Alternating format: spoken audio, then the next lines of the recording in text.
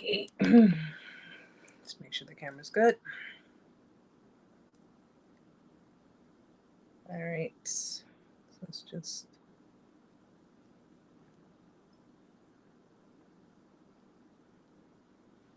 Okay.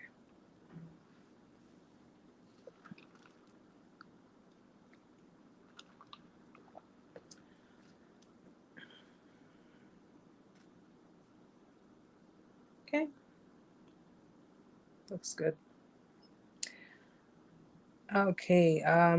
Yashua, welcome. It's a new name, so I could tell that you're kind of new. Welcome to the channel. Some people will start pouring in over time.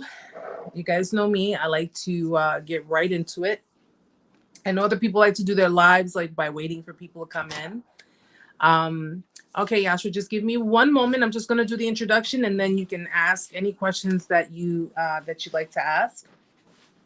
So, guys, yeah, I know people like to just, wait for people to come in, but I like to just get into it because it does stream on YouTube and it does stream on Facebook. So, guys, welcome to Intuitive Vibes Narc Survival 101. If you are new to the channel, stick around, listen in on the weekly, we have this weekly session every week. Okay, for all people who are survivors of narcissistic abuse, stick around. You might hear something that you need to know, maybe something pertaining to whatever situation it is that you're going through right now. And of course, if you like today's session, go through some of the older sessions, go through some of my content. And if you find it to be helpful, resourceful, useful, then, do your girl a favor and hit the subscribe button so you're notified each time I put up a video and new content. And of course, to all of my existing subscribers, welcome back, guys.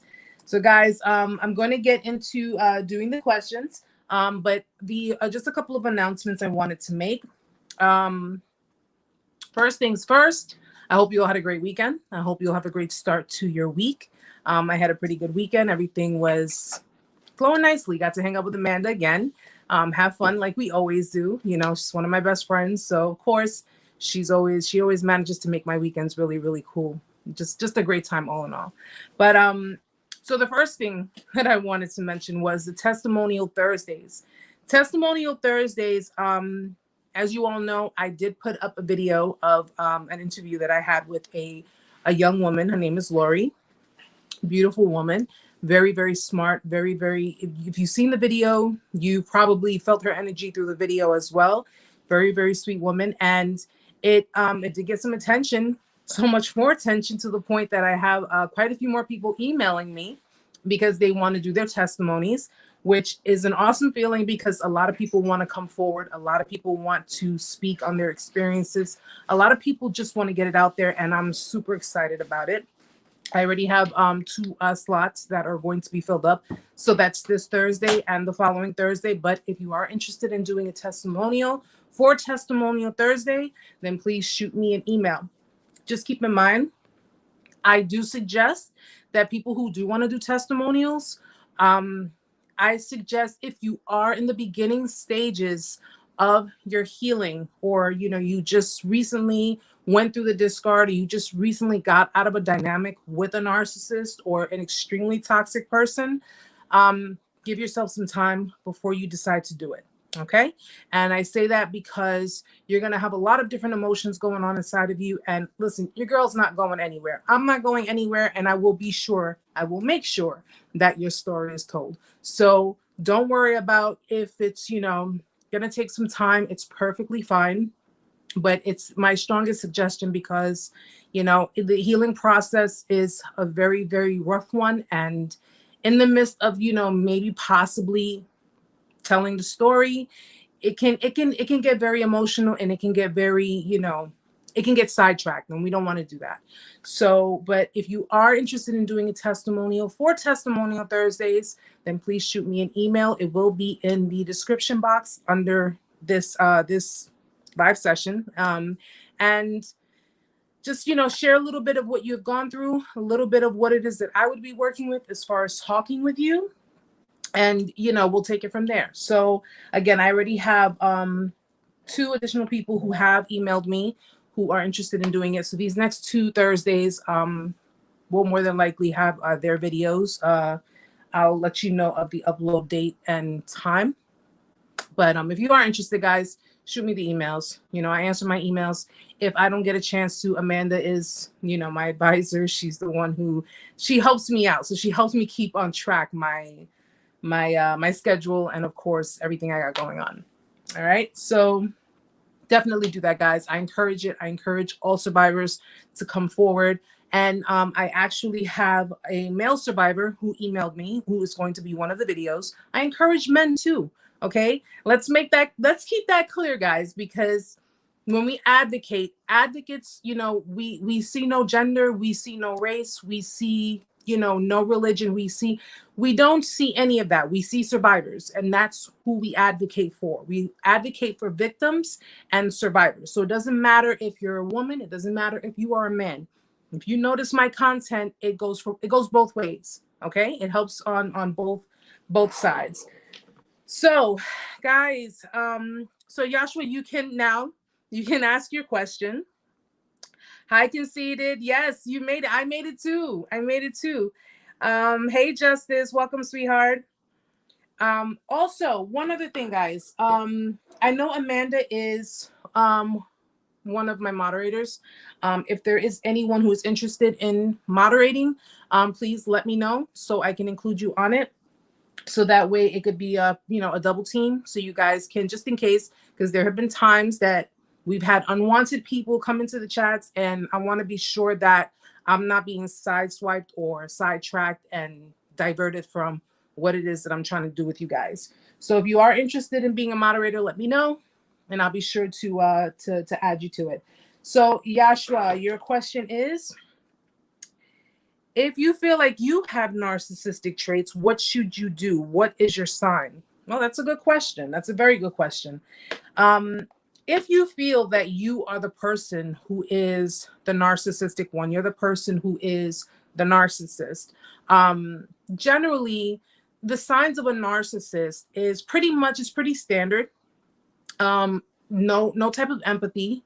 You're unempathetic. You're unsympathetic to other people's problems. You're unsympathetic to the situation at hand. So there is pretty much that sense of superiority. Like you feel, you know what? Honestly, I would tell you probably my closest connection, my closest feel of someone who's a narcissist is it's pretty much arrogance, self-sabotage.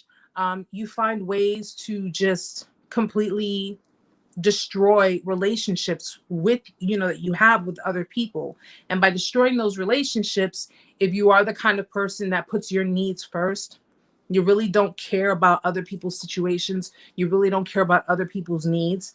If you find yourself doing certain things that most people would interpret as being very self-centered, very egotistical, okay, very selfish, you are, you're being told, because sometimes people, narcissistic people who are narcissists, they don't believe in taking accountability for anything.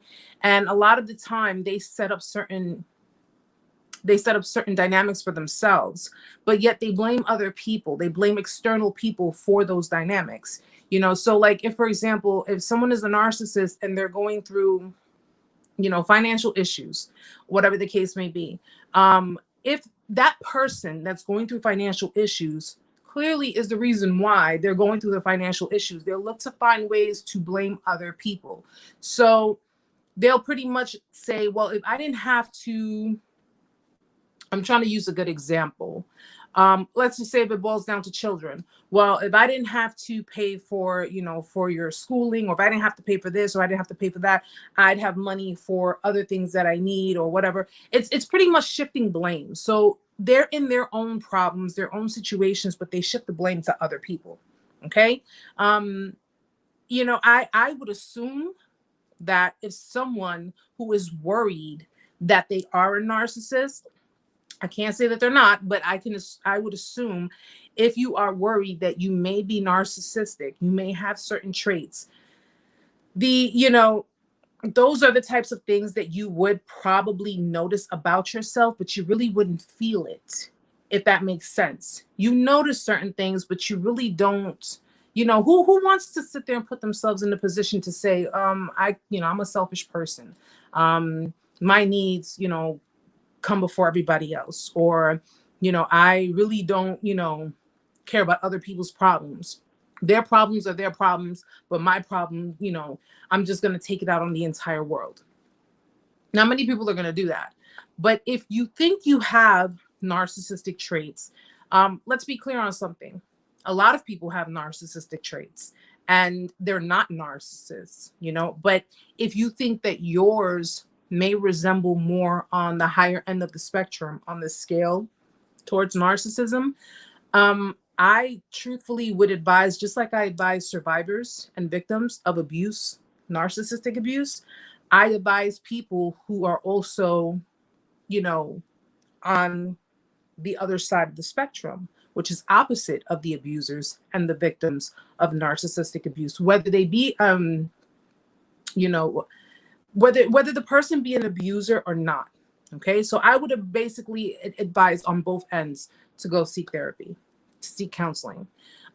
There's nothing wrong with it if you feel that certain behaviors that you have may represent narcissism, may be on that, a little narky, as we call it. There's nothing wrong with getting help for it. Go to a therapist, go to a licensed professional therapist, and explain to them, talk to them and explain to them certain things about myself that I'm noticing. Just, it's a bit narcissistic. It's a bit like this. It's a bit like that, and I want to take care of it. How you would know if you were a full-blown narcissist, you wouldn't even be here asking me this question. So it's always okay to wonder. It's always okay to say to yourself, there are certain behaviors that I'm demonstrating that I feel is more on that narcissistic side. And I don't want to be like that, which is perfectly fine.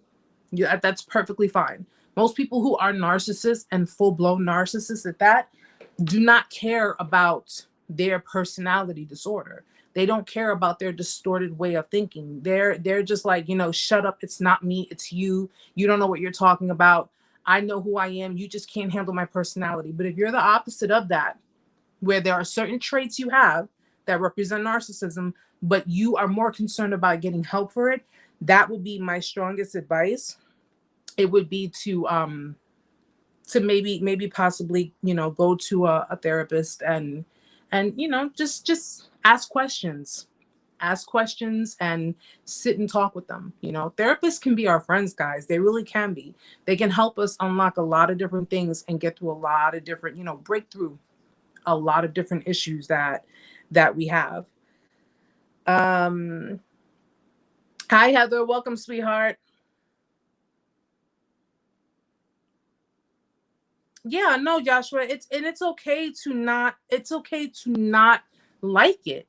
It's okay to not like these certain, these certain things about yourself. I mean, when I was a codependent, part of me didn't like, having low self-esteem. I didn't like having low self-esteem. I honestly didn't like being the pushover, but I didn't know how to create boundaries to stop that.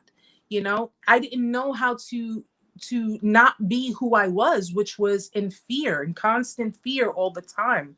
You notice that when it boils down to people who are codependents, they are in constant anxiety. They're in constant fear of abandonment. They're in constant fear of being, being hurt and just being left behind. They're in constant fear of not really getting what it is they want, because people who are codependent rely on other people emotionally, and you don't, at the time, I didn't feel like a burden, but with that same breath, it felt like a burden for me, but it felt like a burden that I could just not lift over me. Like I had no knowledge of it.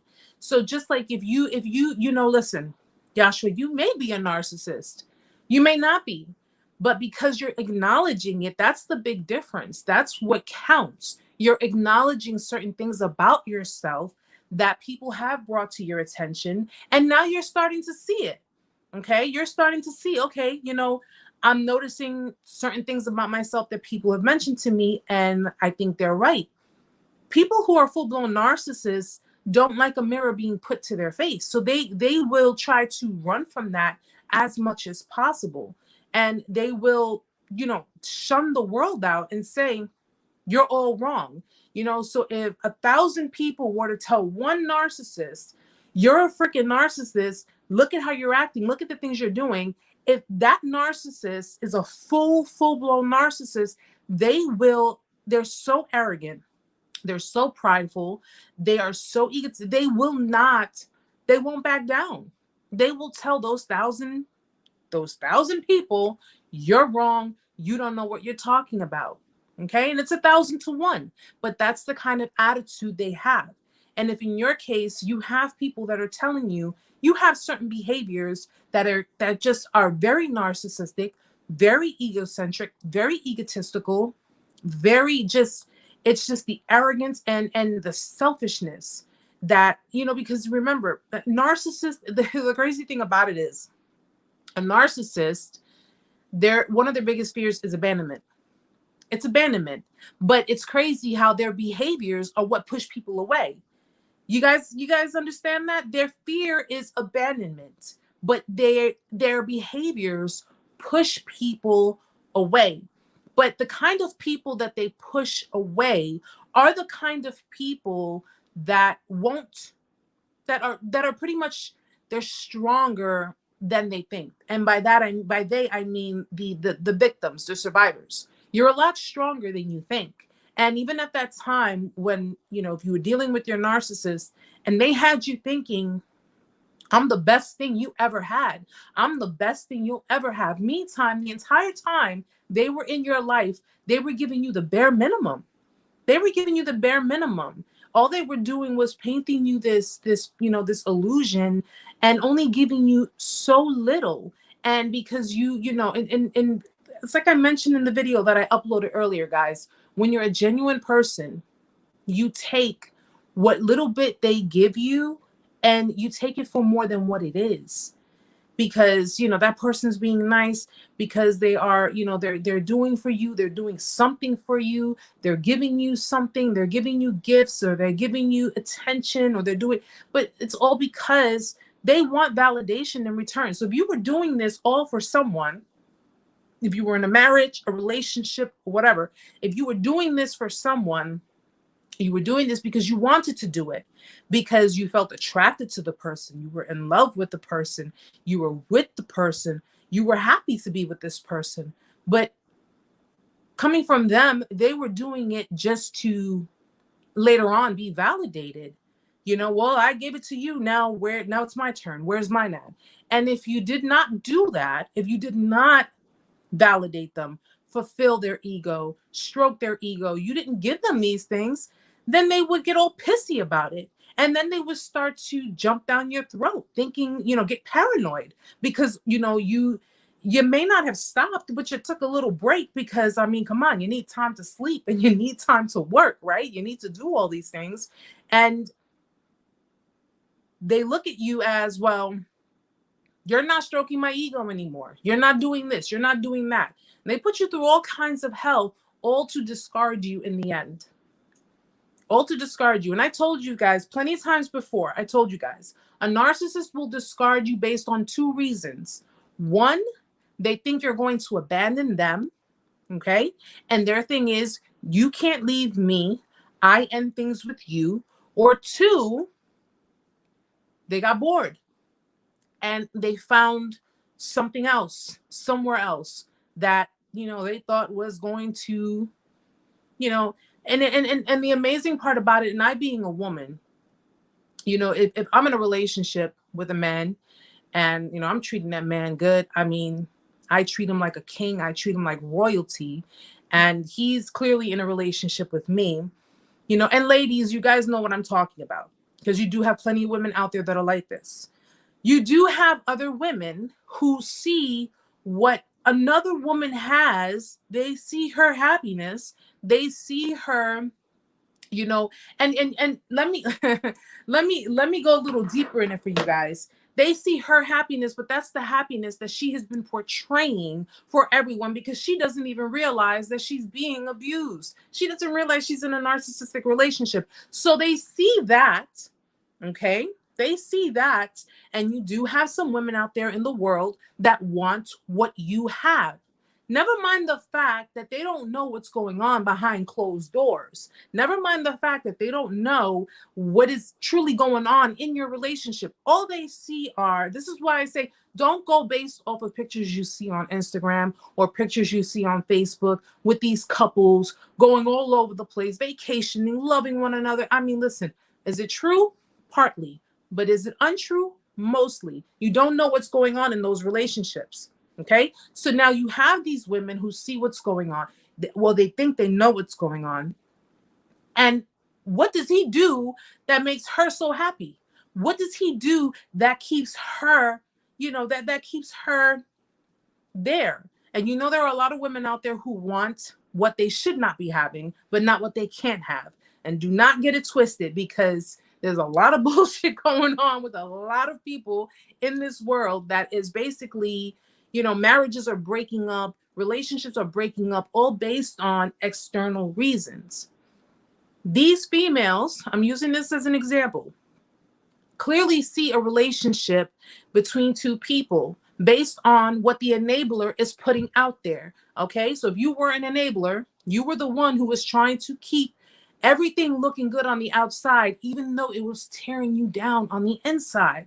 But you could not understand why, because they were too busy gaslighting you, because they were too busy giving you this false impression that you needed them.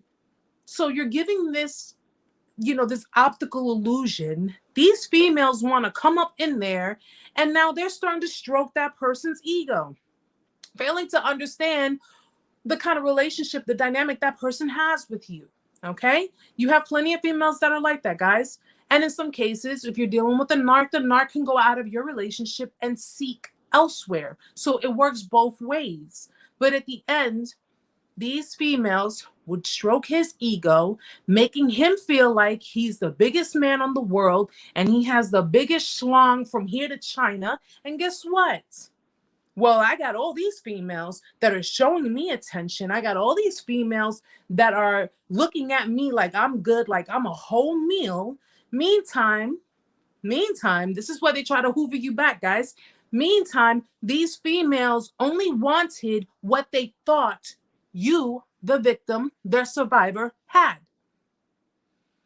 Then what happens? They fall for the bullshit. The narc falls for the bullshit. All right. And you're left to sit there and pretty much go through all of the pain and the sorrow of the discard, because we've all been there. You go through all of that, but the winner that comes out of all of this is you, because if you decide, what did I say earlier, guys? You are no one's option. You are no one's option. Do not sit here and have someone who is so contradicting, doesn't know his. Oh man, I'm trying to calm down with so many different words, guys. I really, really am trying to calm down with the cursing. But you have someone who is just pretty much such a void that they literally have to go and seek external validation, because they can't clearly do it for themselves. They can't build up their own self-esteem. They can't sustain a relationship. They can't do any of these things. You end up the winner, because in the end, they got your headache. Okay? They got your headache. Because number one, had these females understood that you do not gain success off of someone else's failure, it's kind of like working double time, where the narcissist basically deals with females or males, whatever narc you're dealing with, who are willing to do the same exact thing that they try to do to interfere in your relationship with someone else. So they're dealing with a bunch of people who are just as superficial as them, really doesn't give a shit, okay? Which is 99.9% of the reason why a lot of them try to hoover you back in. A lot of them try to hoover you back in because what they went for is not really what they expected. What they went for is not fulfilling them the way you were fulfilling them, okay? And that to me is, you know what? That's what you get. Okay. My mom, whenever we used to go outside, we used to run outside, my mother would say, stop running. Don't run, Erica. Don't run. You're going to fall and hurt yourself. Don't run. And because I did not listen, and I would run around and scrape my knees and come back and I would be crying, you guys would think, oh, your mom's like, oh my God, my baby. No, my mother's like, that's what you get. I told you not to run, right? That's exactly what they get. That's what you get. You get the female, the chick you left me for. You get the one that'll screw everyone behind your back. Go ahead, you can have it. That's what you get. You get the guy that only really wanted to just get in your pants, and that was pretty much it. Loved you and left you. That's what you get. These types of people, for whatever their reasons are, because guys, I could go into the psychology of it. I've done it plenty of times. I've told you guys how it works with them as far as, you know, the mind frames that they have. And it's pretty much survival mode for them. Their entire life was survival mode. If you are in survival mode, if you are in an enclosed area with, like, say 4 other people, or let's just say you're in the jungle with 4 other people and you guys don't know shit about the jungle, you're just there and you're trying to survive. That's pretty much how it is for people of this nature. They're in survival mode constantly. And this is all because of what they have been raised with. This is all because of what their environment was. And no, there's no excuse for it. There is really no excuse for it. But trying to get through to someone who has been raised like this throughout most of their life is like, you'll be banging your head against the wall. You know, you're gonna constantly bang your head against the wall because they're just not gonna get it. And all you're gonna do is you're gonna end up with a concussion. So you're trying to explain to a narcissist, this is what you're doing. It's not right. You're narcissistic. What's wrong with you? And they're just gonna look at you like you got 20 heads. And that's very frustrating. It's extremely frustrating, guys. I'm sorry, guys. Let me just get into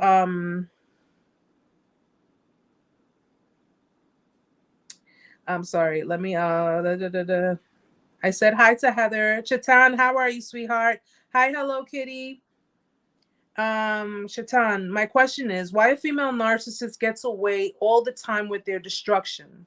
I know they slip, but only in front of us and not in front of the world. And they keep on crushing souls after yeah. Shaitan, a lot of female narcissists are extremely covert. Okay, a lot of them are extremely covert. When it boils down to narcissism, the reason they get away with a lot of their destruction is because, well, one, besides them being covert, a lot of men do not come forward on the abuse. A lot of men tend to think that these destructive behaviors is normal, in that sense of, this is just who that person is, when there's a whole group of them like that. Okay, but you and I love you, men. I love you guys. I'm not knocking you, so always remember that. But as a woman, I know for a fact, when it boils down to men have their pride. What man do you know, okay, is going to come out and say, my girlfriend abuses me, my girlfriend hits me, my girlfriend cheats on me, my girlfriend, they would feel a strong sense of shame. Okay. And listen, I'm not saying that there's anything wrong with that. I'm not saying that, they feel that it's not masculine to come forward and pretty much expose these females for who they are. They just feel as, you know what? A lot of men just sweep it under the rug. So because a lot of men sweep it under the rug and they're like, oh, just screw that. I'm just never. That one particular kind of female in a man's life can destroy and distort a man's perception of so many women, to the point that he's treating women like crap based on what that one female did. Female narcissists, they run with narratives. They run with narratives. The narratives, what's the narrative of a woman? What society portray a woman to be? We are the weaker sex. We're soft. Oh, you know, she's a woman. I mean, how many men have gone to prison? How many men have gone to jail for domestic violence? Because women, you have a lot of women who have abused the system to their advantage. A lot. Where you have men who have not laid one finger on a woman, but because she wants to be vindictive, she wants to be cruel, she wants to destroy him, what does she do? And look at the statistics. 9 out of 10 times, if a woman calls the cops and says, my boyfriend put his hands on me, all because he didn't want to wash the damn dishes, she can call the cops and say, he went and he beat me. He put his hands on me. He hurt me. I want him out of my house. And he could just be laying there in the bed watching TV. Nothing happened. Cops are coming. You got to come with us. Chances are that dude's going to get arrested based off of her very convincing story. I've had a friend who even asked me, and actually quite a few people have mentioned to me, oh, well, you know, haven't the women of the sisterhood come to you and said anything? Let me tell you something. Women of my sisterhood are not like that. They're not like that. So if I sit here exposing females for who they truly are, these narcissistic, covert narcissistic females, these malignant narcissists, these cerebral, somatic, bitchy narcissists, hey, it is what it is. I don't have any shame because I'm the opposite of them. I'm not a narcissist. And I'm honestly, and I'm going to be completely 100 no, excuse me. Let me rephrase that. 1,000% honest with you guys. I am truly, truly tired of coming across men who come across these women and take it out on me. And there are a lot of good women out there who have met with men that have taken out on them what a female narcissist has done to them. Because, you know, you meet one, you meet them all, right? And that's not the case. That's not the case. Female narcissists are, you know, they're very convincing with their ways. They're very convincing with their words. They can cry right in front of you, right on cue. Just start crying. They can get emotional. They can show you a side of them that you have never seen before. They can be the most vulnerable person. This is why they're so convincing. They convince you that they are sweet, kind, caring, lovable, just the all in all, round the way kind of girl that I'm just a, you know, as sweet as pie type of girl. And me, like when it boils down to me, listen, my genuineness comes through my actions. It doesn't come through my words. With female narcissists, everything's about words. Their actions don't match their words. Those are the kind of things that you guys have to look out for. Their actions do not match their words, and vice versa. Okay? If you notice if you're with a female narcissist, okay, one, I'm going to tell you, it's to make her look good. So if you look good, you got status, you got money, you got your own thing going on. Of course she's going to want to be with you. And I'm not saying that to sound cruel about it, but let's be realistic on how female narcissists operate, okay? Of course she's going to want to be around you. So her wanting to be around you is not to get to know you on a genuine level. It's not to get to know the person that you are. It's to get to know you up here so she can use it against you, and to get to know you in your pockets so she can take whatever she can out of you. Okay? I'm sorry, because I see so many people writing. Chatan, they can always they get exposed each and every day. That's the reason why a lot of us do these videos, so you can look out for these types of behaviors. Someone who's wearing a mask can only wear it for so long. They can only wear it for so long until it starts to slip and you start to see who they truly are seep through that mask. Someone who's truly genuine, they're not playing according to a script. That's just who they are. That's just what they're about. Hello, Kitty. My ex-narc could never keep a job. It's always somebody else's fault, but his. But these same people still have. Yeah. Yeah, narcissists, I mean, you have a lot of narcs that are very irresponsible. They're irresponsible with their finances. A lot of narcissists, they like to live an idealistic life. And by idealistic, I'm sorry guys, I'm just gonna have a drink. By idealistic, I mean that they want to live a life based on society standards and not based on what their bank account actually covers. Okay? So they want to live a life where they're impressing other people with all of the materialistic things that they have. They don't want to live a life where you're just a simple person, you have a simple home, you got a simple car, you're just doing you're just doing your own thing. You don't need all the attention, you don't need all admiration, you don't need validation, you don't need any of that. Narcissists are the kind of people, they live with ideals. They live with, it's like I live, let's just say I live in a really crappy neighborhood, and there's nothing wrong with that. I mean, we've all probably lived, in a less than desirable neighborhood, but it's more like they don't act their wage. Okay? They don't act their wage. They try to impress everyone else, or they try to show everyone else, I got more than you do. I can get more than you do. And meantime, they got bills up the ass. Okay? They spend their money on frivolous shit. They spend their money on things that are not a necessity, that are not important, because they want to appear important. But they will not be responsible when it comes to their finances.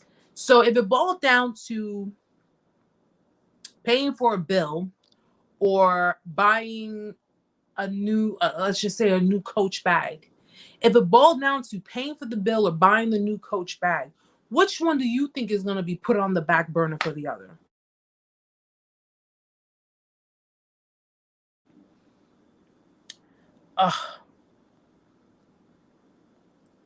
Hold on 1 second, guys. Okay, I'm sorry about that. I got to put my phone on Do Not Disturb. My phone had rang. But that's the kind of lifestyle that they live. That's how they do things. They will put the important things to the back burner. And that's not just in their materialistic life. That's even with their kids.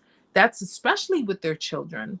Okay? If a narcissist is not busy abandoning their child, they're keeping their child around to basically be their tool, to do for them, to be there for them, to take care of them and their needs.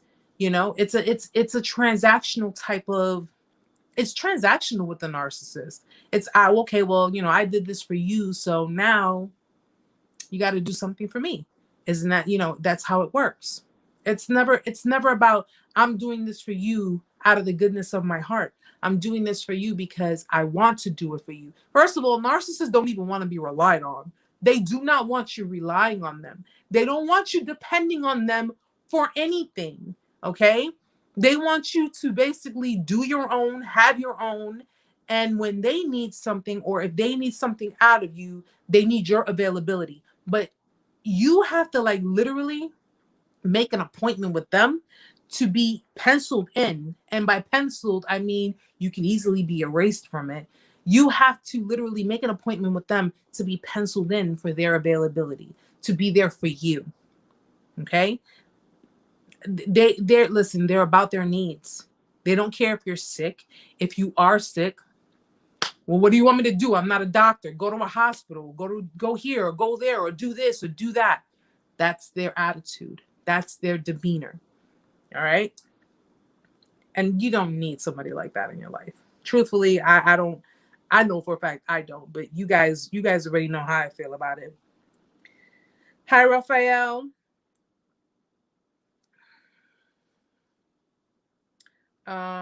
Okay. Hi, Amanda. What the narc discard is your supply, is not you. You are only an object to them. Hi, Butch. Hi, sweetheart. Yeah, no, it's a narcissist looks at their partner as their children. Okay. Anybody that they have in their web, they don't look at them as human beings. They don't look at you as people. They look at you as you belong to them. You belong to them. And, you know, I've been in this situation before where, I don't know if you notice, like if you end things with a narcissist, or you pretty much, oh, I'm sorry. Give me 1 second, guys. Hi, Cicely. Hi, Sandra. Hi, Jesse. If you end things with them, or if things are just ended between the two of you, or whatever the case may be,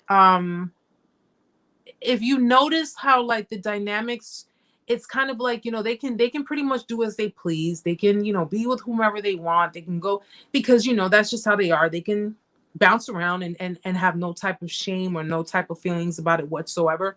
But you get that sense of like they still want to control your life, even though you're not with them anymore. You may not live with them anymore. You may not be with them anymore. You may not be in any kind of dynamic with them. They want to continue to have some type of say so in your life, or control in your life. And they will try their best to even keep you in situations or dynamics to make sure that they have control in your life.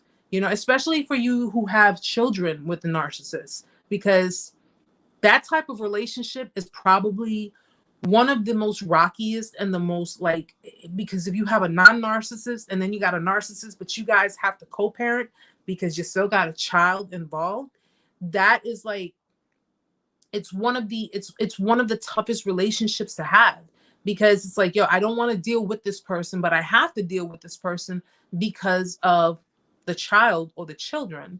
And that person will, you know, make it like clear that they have some type of control in your life, whether it be to you, your new partner, or anybody else. There's just that, you know, that sense of, well, I have the child with this person. I'm always going to be this child's father. Or I'm always going to be this child's mother. I'm always going to be in their life. They don't, you know, they look to make things uncomfortable, especially if you aren't in a new dynamic with someone else. So they will do everything in their power to try to destroy that, because one, you being happy, it's not on their agenda. Two, you being happy with someone else, that clearly is not on their agenda, because then that means they no longer have a say so. They no longer have any type of control over, you know, not that you've, you know, given them the control, but clearly someone who wants to constantly stay in control will do any and everything possible to keep that flowing and to keep that, you know, it's any means necessary, right? So they'll do anything possible to keep that control in your life. So if you co-parent with a narcissist, it's like a roller coaster from hell. You know, it's just like that. Oh God, why do I have to deal with this person? Because they're so conflicting. One minute they're okay and they're cool and they're nice and their demeanor is, you know, is whatever. And then the next minute they're just like, it's that laugh now, cry later type of like mask, where it's just like, God, I got to deal with this person. Like it's that Jekyll and Hyde. I'm sorry, guys. I'm running on fumes. It's that Jekyll and Hyde demeanor. It's, you know, it's like that split personality. That's what you deal with when you're dealing with, like, if you dealt with a narc and you're no longer in a dynamic with them, you don't have kids with them, so you are clearly free to break free and get away from that person and never have to deal with them again. If you are co-parenting with a narcissist, that makes it a bit more difficult, because you have to have contact with them, some form of contact, even if it's minimum, some form of contact. But either way you look at it, it's always important to know what it is that you will be dealing with and what it is that you have to do in order to coexist with these people. Because clearly, after all this time, if they're not changing, they have no intention on changing anytime soon. Whether you are co-parenting or not, whether you are, you know, in the midst of a discard, whether, you know, or you've already succeeded in maintaining your healing, these people, they have no intention on changing. They really don't. I'm sorry. Okay, Butch, I think the word you were talking about for a male is emasculated. Yes, yes, they emasculate, and the thing about that is, too, Butch, emasculation, emasculation for narcissists, for example, whether it be male narcissists or even male scapegoats. Okay, emasculation starts before it usually starts with their mother. It usually starts very young in age. And as they get older, they tend to see. Here's the thing that I've noticed. Narcissists, remember what I told you guys, narcissist men are the kind of men who resent their mothers. Okay? Because usually a male narcissist, 9 out of 10 times, it's because it's passed down through like the behaviors, because if his father's a narcissist, then, if his father's a narcissist, he'll more than likely pick up those behaviors too. But a lot of the time, the male narcissists are men who have been stifled throughout their life. And they're usually men who have been emasculated. These are men who have been emasculated throughout their lives. Okay? If you are a scapegoat, if you are clearly a victim of narcissistic abuse, so you're clearly a victim of being at the hands of a female narcissist, what she has done, and this is why a lot of men don't want to come forward either, what she has done as she has emasculated the man beyond belief. Female narcissists like to emasculate men. If you remember the video that I told you about dealing with why you're dealing with toxic relationships, it was a video that I posted up. And I gave you the, when you're dealing with toxic females, if you're a man and you're dealing with a toxic female, you're dealing with a female who more than likely did not have a strong male figure in her life. Okay? She did not have a strong male figure in her life. So what you're pretty much dealing with is you're dealing with a female who was more than likely brainwashed by her narcissistically toxic mother. She was probably abandoned by her father. And because she was pretty much brainwashed to believe that men ain't shit, she went throughout her life being emotionally detached. But yet she knew that even though I'm emotionally detached from men, I'm not going to really get a man to fulfill my needs if I come off emotionally detached, which is why I need to put the mask on. You understand what I'm saying? So if you're dealing with a female narcissist, more than likely, it could be the other way around too, guys, but more than likely, she did not have a strong male role model in her life to teach her. She didn't have the strong attachment with the parents. And if she did have a male role model in her life, more than likely, if her mother was the narcissist, her father was the passive-aggressive enabler. Okay? Whereas she looked at men because the father was passive-aggressive towards the mother's behaviors, she looked at men as being extremely and utterly weak. So a female narcissist, 1, looks at you like you're weak. 2, will emasculate you, especially if you show any kind of insecurity. If you show her a tinge of jealousy, if she has male friends, whatever the case may be. Female narcissists, first and foremost, female narcissists have a lot of male friends. That's her harem, okay? These are the dudes that boost up her ego, got her feeling good about herself, got her feeling like she's the shit, which is probably the reason why she talked to you like you were shit, because at the end of the day, she had something else to fall back on if ever you weren't fulfilling or stroking her ego the way she wanted you to do it. Okay. Female narcissists are really big twats, guys. I'm just going to say it like that because it's the truth. Okay. They're very self-seeking. They're very self-absorbed. They're very entitled. So if you co-parent with a female narcissist, better believe, okay, she's very entitled. She has the first say so because she has a child with you.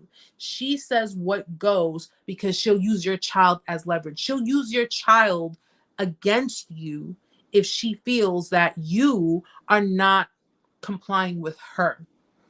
This is why a lot of them are a lot more dangerous. Hi, Lori. Hi, sweetie. I'm sorry, guys. I'm just going to get to two more people. Sandra, hey, how does a covert narcissistic mother show jealousy towards their daughter when they encourage enmeshment with the father? Well, Sandra, if it does sound contradictory, and narcissists are contradicting people. They're very contradicting. So it's, what the narcissistic mother will do. Oh my gosh. I'm sorry, guys. Give me 1 second. My light went out. There we go. Ooh, that's too bright. Okay. Sorry about that, guys. What a narcissist mother will do is she will, she'll teach her daughter everything she knows. She will mold her daughter to be just like her. She'll mold her daughter to act like her, to talk like her, to dress like her, to just be just like her. But the thing of it is she's teaching her daughter how to be someone that she is really not. And by she, I mean the mother. She's teaching her daughter, she's basically projecting her idealistic self on her daughter. If her daughter becomes, let's just say she does a better job at being like the narcissist mother, or her daughter is grabbing the attention more than what the narcissistic mother anticipated, then that can spark jealousy. So she's busy, creating her to be this way, creating her to, have certain relationships, to do certain things. But if the daughter is getting more attention than the mother, more acknowledgement than the mother, or just pretty much pulling the mother out of the spotlight, that will create jealousy. That will create a massive amount of jealousy, and the mother will take it out on the daughter. So it's like a double whammy of abuse when it boils down to it. Creating enmeshment with the father, I've never really come across that type of situation. But if you want to give me maybe an example of it, because I'm not sure if there are different types of examples as far as enmeshment is concerned, in what way, then maybe I can have a better answer for that as far as why. Hi, Cicely. How are you, sweetheart? Do you think she uses her kids to get other guys to let her guard down, bringing them around other supply for her advantage? Well, if she is a narcissist, narcissist mothers, it's sad to say it this way, but narcissist mothers really don't give a damn about their kids. They don't give a damn about their kids. First and foremost, bringing your kids around random people, that's a big no-no. Okay? And any sane, empathetic, loving parent knows that. You don't bring your children around random people, especially when you don't know what they're about. You don't know anything about them. Okay? And my child has a mental disability, so that clearly is like triple boundaries for me. But to bring your kids around people, usually that indicates a sign that you trust someone. So if, for example, she brought her child around you and it took a while, but she brought them around you, that usually indicates that they trust you. If they love their children, okay, they trust you. And if they love their children, they're clearly going to make you wait a while before you meet the child, especially if they don't know where the relationship is going to go with you. But if they're just bringing their children around people, around different, different types of dudes, it could work one of two ways. She could be using her children to create a form of vulnerability with these guys so they can attach to her, or she's basically because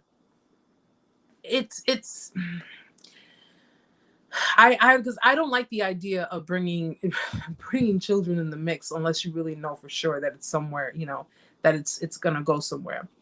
Or she's basically bringing the children around to, to kind of,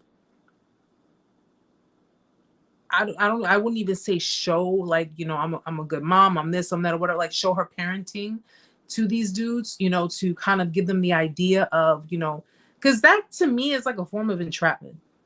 If you think about it, that to me is what it is. If you're bringing your children around someone, it's because you feel that level of vulnerability with someone, and you feel that level of trust with someone for them to be around your kids.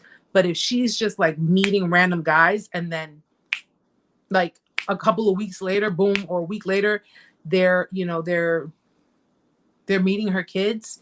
If it's not something that was done, like, what's the word for it? Oh my God, what's the word for it? It starts with an S, guys. Give me the word. If it's not something that's done,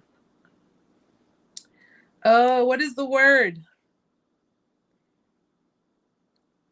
I'm stuck. Why am I stuck? Somebody give me the word. If it's not, no, not sporadically. Somebody give me the word, please. I'm literally stuck. I'm literally stuck right now. If it's not done spontaneously, my gosh, I'm like just trying to find the damn word. If it's not like a spontaneous meet, or thank you, I'm like, somebody give me the word here. If it's not something done spontaneously, where the meetup, or the person is meeting the kids because it was like unavoidable, obviously that's a different story. But if it's something where it's intentional, that she's going to someone's house and she's bringing her kids, or someone's coming to her house and her kids are there and she's okay with just having random, I think a lot of women do that to give that false impression of vulnerability, to get the men to attach quicker, to get the men to to get more involved quicker. And a lot of the time you have narcissists that use their children, again, I told you, they use their children as tools. So they will use their children by any means necessary to get what it is they want. I mean, listen, I'm gonna give you guys this much. You have narcissist mothers, okay? And who's a clear-cut example of a narcissist mother? I don't know if you guys probably have seen it. The Tyler Perry movie, Madea, I think it was Madea Family Reunion. Was it Family Reunion? I think it was that movie where the daughter was supposed to get married to the dude. She was supposed to get married, and he was very abusive and very, but the mother, because the mother had an interest, the mother was encouraging the daughter to stay in the, stay to get married because he has money, he can take care of her. But the mother was really looking at it as, he can take care of me. So whatever money he's going to give to you, I'm going to get a piece of that. Okay. No matter how many times the mother has been told that he abuses her. And that's actually the one where the sister was being sexually molested by the other sister's father. The mother, the mother went and did let the father sexually abuse her because he was going to leave. So she gave up her daughter to be sexually abused because he was going to leave. Narcissistic, sociopathic mothers do that to their children. They will use their children as a sacrifice to keep an abusive man, a man with money, a man who, who takes care of her financially, or whatever the case may be. They will do whatever it takes, even if it means using their kids as a tool. And in this case, that's what a mother was doing, using her daughter to keep a marriage intact. You have a lot of mothers that are sick. They're sick like that too, guys. They're extremely sick. And it's just, it's horrible. It's horrible. Chatan, one more question. Erica, why narcissists treat you, the person who is closest to her, like shit, and the other people in her harem like royalty, because those people in her harem don't know what she's about. Don't know what she's about. And because she's probably already managed to manipulate the people that are closest to her on so many different levels, that maybe some of them have already seen through her bullshit. Maybe some of them have already seen what she's about and what her lies are about and what she's capable of. And, you know, the harem, the outside people, the flying monkeys, a lot of them don't know. They don't know that the person's wearing a mask. So they treat people that they feel is worthy of their, you know, their good side. They treat them like royalty. And then the people that are either already aware of what type of person she is, have an idea, or she's already just managed to manipulate them and abuse them so much that she has no more use for them, she'll treat them like shit. She'll treat them like shit. Female narcissists tend to treat men. This is why I tell a lot of you guys, do not show a female your insecurities. Do not show her that side. Even if you are insecure, even if you get a little jealous, whatever the case may be, you don't show that to them, okay? You don't show it to them. What you do is you sit them down and you say, listen, this happened. It made me feel some kind of way. I want to rectify this with you. Then you sit and wait for her response. You sit and wait for her response, because not only are you being stern with what it is that you're telling her, you're being direct with her. You're not being passive aggressive. You're not, you know, you're not whining. You're not stomping your feet. You're not getting mad. You're not throwing a jealous fit. You're being very direct with her, because the minute a female, and by that I mean a very toxic one at that, the minute she knows your insecurity, the minute she knows what makes you tick, the minute she knows what makes you jealous, the minute she knows is the minute that she's going to push your buttons when she can. And she's going to do everything in her power to make you feel like a shitty individual, make you feel like the worst person in the world. And then when you react, what happens? She goes into victim mode. You see how this person is? Because everything that she was telling other people about you, everything that she was convincing other people about you and your unstable personality disorder, you are the one who's the problem. You are the one who has the mental health issues. All of that was already told to everybody else comes out to play because you're reacting to her bullshit. Don't do it. And how many of you have I told you, if they try something stupid, before you even say anything or do anything, shoot me an email, because you need to be in a more logical standpoint. You can't do things on emotions. And they will do things, guys. They will do things to get a reaction out of you, and they will do things to make you emotional, make you respond, so that way you look like the crazy person and you look like the one who's stalking their shit. You look like the one who's going online. And meantime, during a discard, guys, it's normal it happens. You know, I've told quite a few of you it does happen during a discard, where you do get into that kind of obsessive mode. You know, you're kind of peeking, you're creeping through. It happens. We've all done it.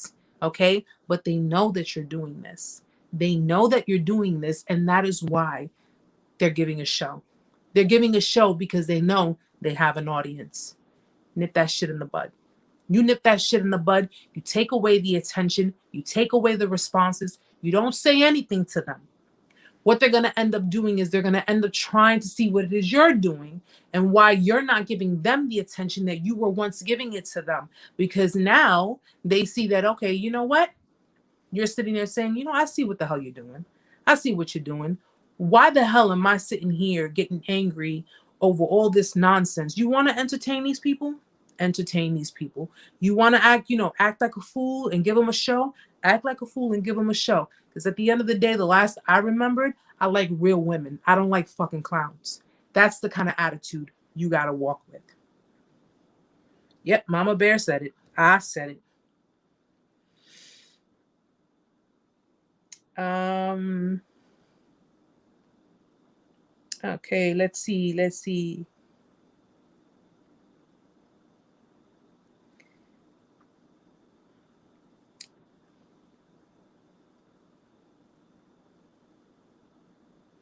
Okay, thank you, Sandra. I will email the situation so I can have some clarity.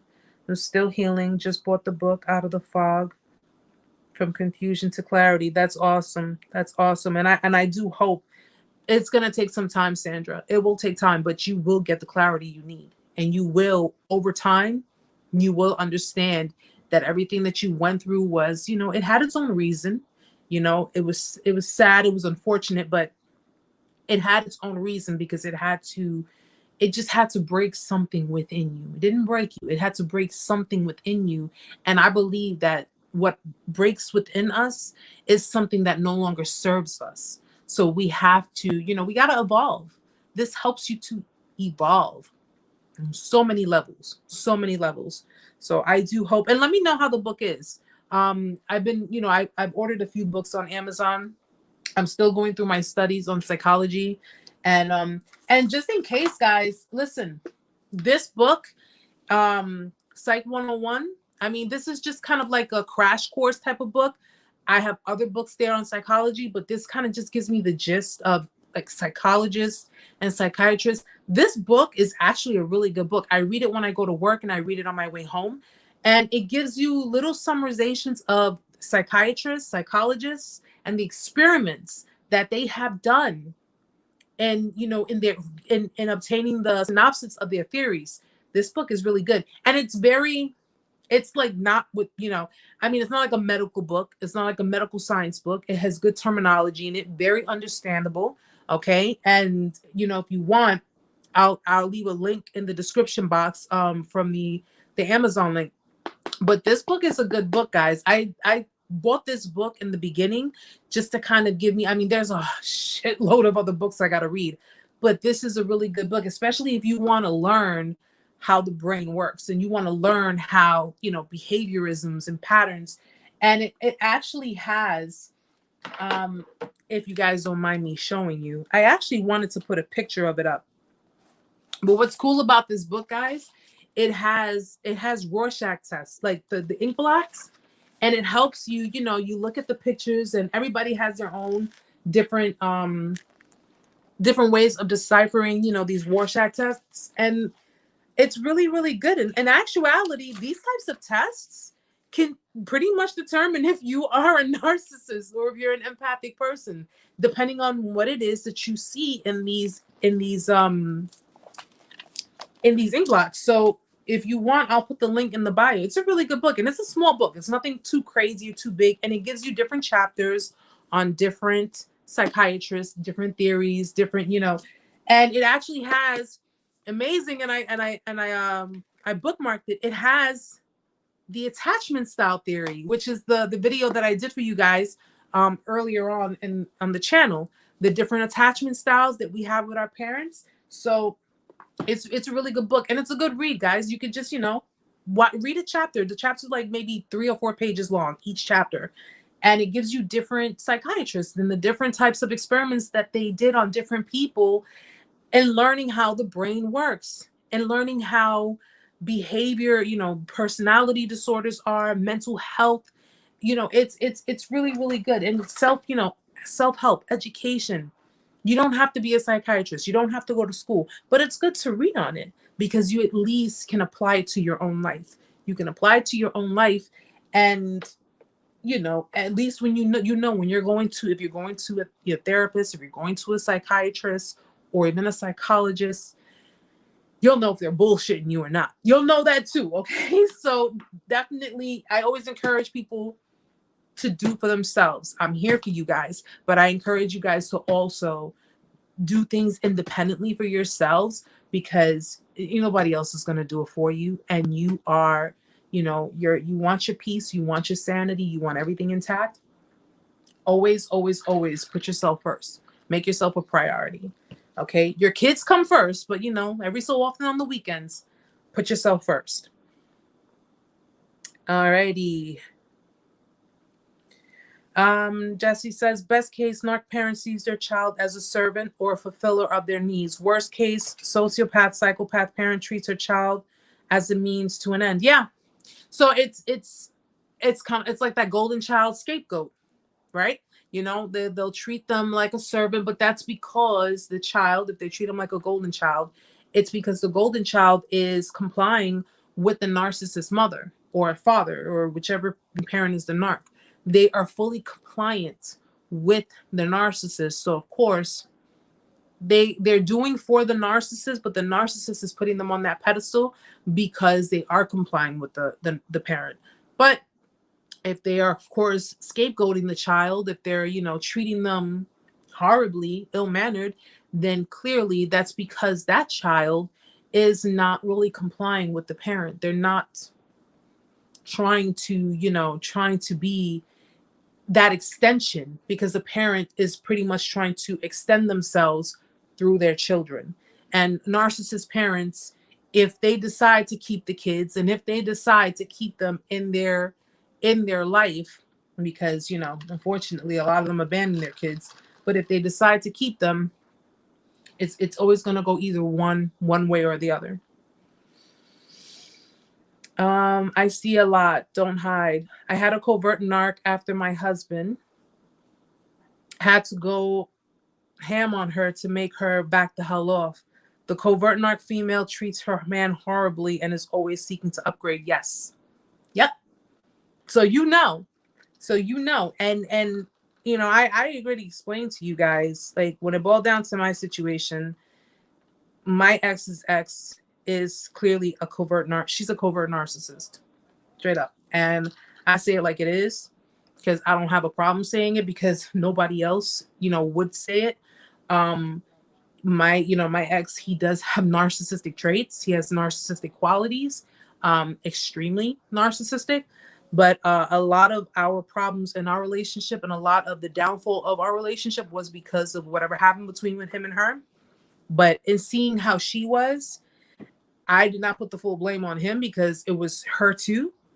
And seeing how she was, she is a covert narcissist. And I don't really know if I can go as much as saying that his mom was one, but his mom really, favored her.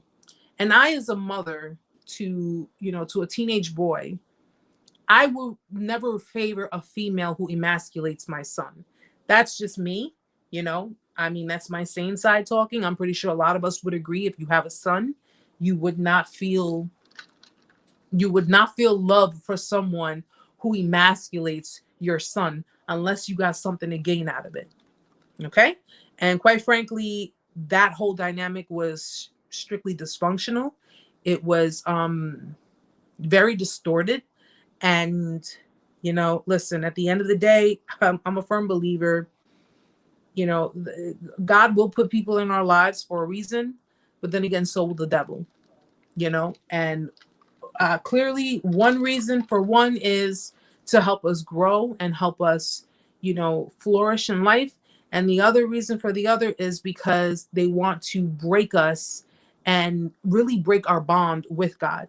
Because I'm a strong believer that the devil will put a narcissist in your path in effort to steer you away from God.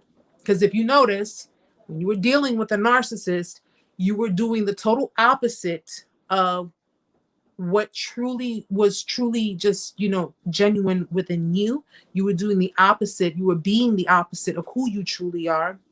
And if you are a firm believer in God, if you're not, that's fine. To each their own. I respect everyone. But if you are a firm believer in God, a narcissist in your life is simply to take you away from him, because you will find yourself to the point where you are no longer being in love. You are no longer being in that happy, devoted, loving relationship that you thought was, but it's to the point where you are actually worshiping that other person. You're valuing that other person more than you value yourself, let alone God. So I'm sorry, guys. Light is a little too bright for me. But yeah, that to me is you know, I looked at that dynamic and I clearly was saved from something that just was not good for me. It was not good for my mental health. Did I love the person? Absolutely. Of course I did. You know, I'd be lying if I said I didn't. But at the end of the day, I'm not somebody's punching bag. And I am not going to sit here and try to prove myself, constantly try to prove myself because they're looking at me like I'm that person. I'm not doing that. I'm not doing that. And that person clearly had their own agenda because they clearly saw, if you notice this, guys, if you dealt with someone who also dealt with another narcissist, they have agendas. So believe it or not, though the relationship deteriorated and it went downhill and I'm the one who took the blame for everything, I had no choice but to take the blame because, excuse me, I had no choice but to take the blame because it was, fingers were pointed in my direction. It was my fault. I'm the reason why. I'm the reason it happened. I'm the reason, you know, none of it worked out. I'm the reason the relationship was toxic. The reality was that man walked with baggage and he kept that baggage on his shoulder from the actual covert female narcissist who went and did what she did to him. I'm not going to say what she did, but she went and did what she did. She emasculated him. And I was left to pick up those pieces when I, in fact, was not the one who did any of that to him. And oddly enough, once she saw I was out of the picture, she does what any other narcissist does. She tries to creep right back in, which was exactly what she did. So the only reason why I haven't done anything about it, was because, one, I have a son, and I don't think my son is going to do any good with me being behind bars. And two, they have a daughter, and as much as I can't deal with her parents, I still love that little girl. So at the end of the day, it is what it is. Cicely, yeah, everybody, I'm crazy. She's picking fights, using everything I tried to talk to her or ask for her. Yeah, and what did I tell you, Cicely? I told you, don't bother with her. Don't bother with her. She's doing all of this on purpose. She likes the attention.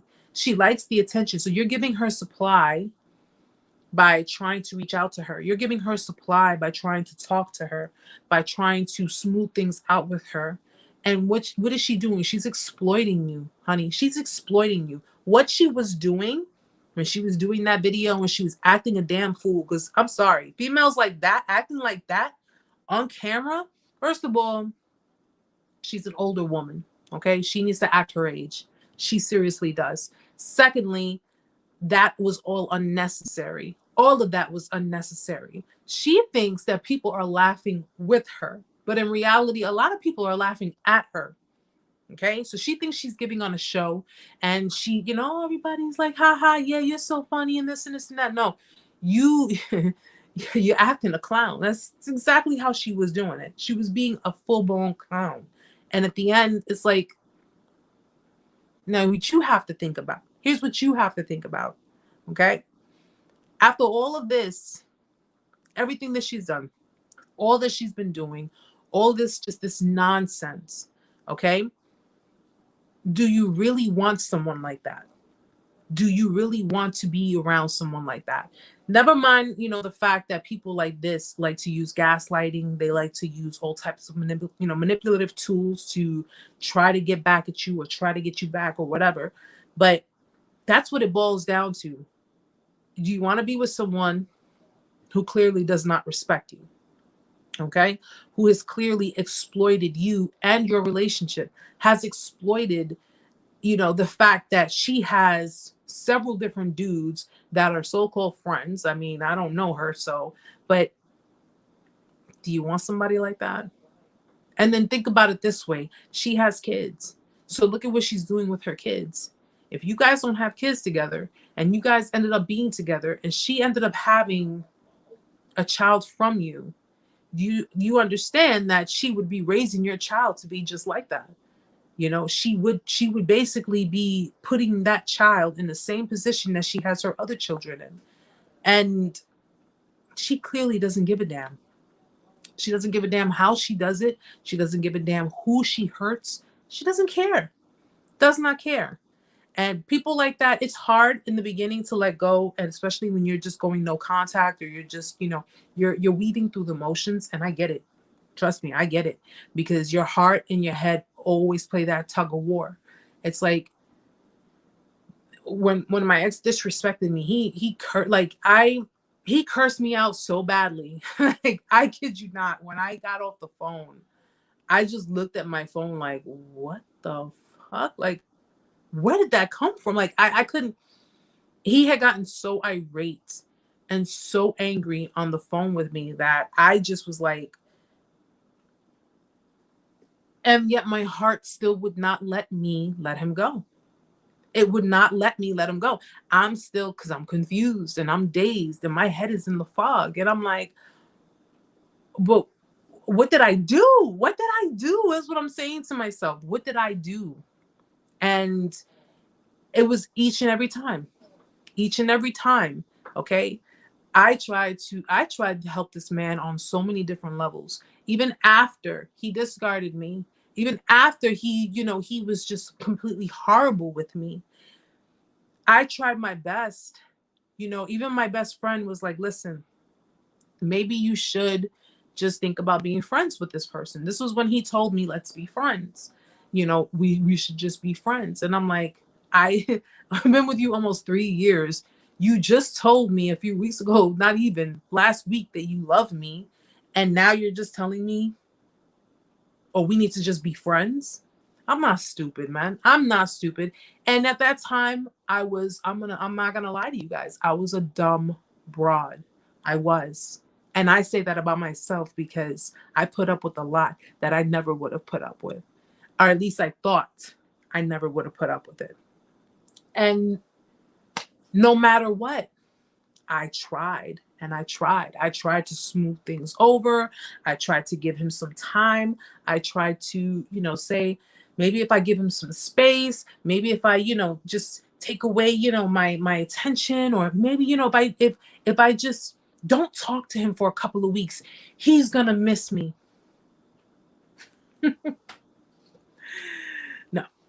No. When you got people getting their ego stroked from other places, when you have people that are the center of attention, okay, that they're stroking them a mile away, they do not care about your feelings. They don't care about your feelings. They don't care about you. Okay. And anything you say or do it goes in one ear and it comes out the other. That's just the way it is. That's just the way it is. It goes in one ear and it comes out the other. And when I was going through the motions, I know exactly how a lot of you are feeling, and I know exactly how a lot of you felt because I was there. It's just that disbelief, the gaslighting is just like hitting you really hard. You're in disbelief. You're trying to understand. It's not, you're not comprehending. It's just like, what do I do? What do I do to make this right? What do I do to convince this person that they're making a mistake, that, what they're doing is wrong. They're hurting me. My love, they know they're hurting you. They know they're hurting you. They know the things that they're doing is hurting you. They know because of your responses, your reactions. They know these things. You have told them. All of you have hit them up and told them, what is this? What are you doing? How could you? We were just together. Where the hell did that come from? And they're sitting there arguing with you, yelling at you like you're the nuisance. You're the bother. You're the one harassing them. You're the problem. When I sat there and I cried, because I cried so many tears, and I sat there in front of my ex and I'm like, yo, I can't believe you're hurting me like this. Like, it didn't faze him. His face was stone. It was complete stone. It was like, to the point that he even said to me, Erica, what do you want from me? You want me to be with you out of pity?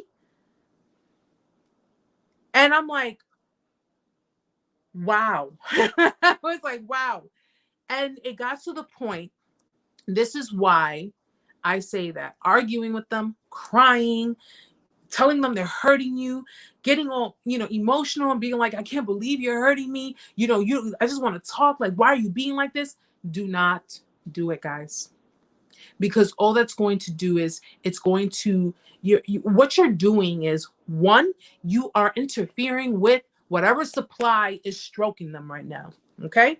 You're interfering with that. And two, your emotions, your pain, your everything that's just exuding from you is making them uncomfortable. And it's annoying them, believe it or not. And I'm not saying this to hurt anyone. This is the actual truth. It is annoying them. And that's what flips them into narcissistic rage. Because when they can't handle it and they feel like you're pushing them in a corner, you're hurting me, how could you? And you're pointing your fingers at them and you're telling them, how dare you? And this, they are basically being pushed into the corner, and now they're ready to attack. I've been there. And the only reason I tell you guys what to do and what not to do, not to be demanding, not to tell you, because in the end, guys, you guys are going to decide what you want to do. But the only reason I tell you certain things are not worth doing is because these people already know what you are going through, what you have been through. And at the end, if they do decide to hoover you back in, if they do decide to say, oh, I'm ready to hoover Cicely back in, I'm ready to hoover Butch back in, I'm ready to hoover this person back in, is because they're either running low on supply, okay? They're either running low on supply. The new supply that they have, it's mediocre. It's not doing it for them. Or because you're succeeding in life, because you're looking better, you're feeling better, you're doing better. And because they need to be in that spotlight too, they're going to try and come back to you.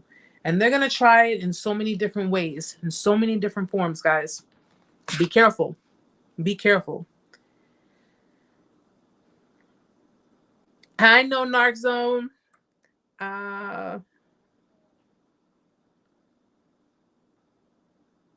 Okay. I see a lot. Volunteer in a nursing home, lots of behavioral issues there. You see the end stage of toxic people as well. Absolutely. And it always starts from somewhere, right? So it goes back. It stems. Like it's always going. It starts from. It's a generational curse. It's a generational curse, and it goes from. And the only way that generational curse gets broken is if the person or people decide to break it. Like, it's like, yo, this is just too dysfunctional. This is too dysfunctional. Like, if a narcissist went through, let's say, 20 people, because they can't sustain relationships, they went through 20 different people. And each of these people were blamed for everything, like when people, remember how I mentioned to you guys, a narcissist can be asked by friends, family, whatever, well, what happened to this person? What happened to this relationship? Why is this? Why is that? Oh, well, this person was toxic. That person did X, Y, and Z. That person did X, Y. No. Because if they felt you were so toxic, let me ask you this.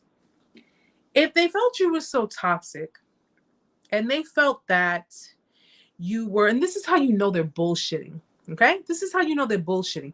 If they felt you were so toxic, why would they want to be friends with you?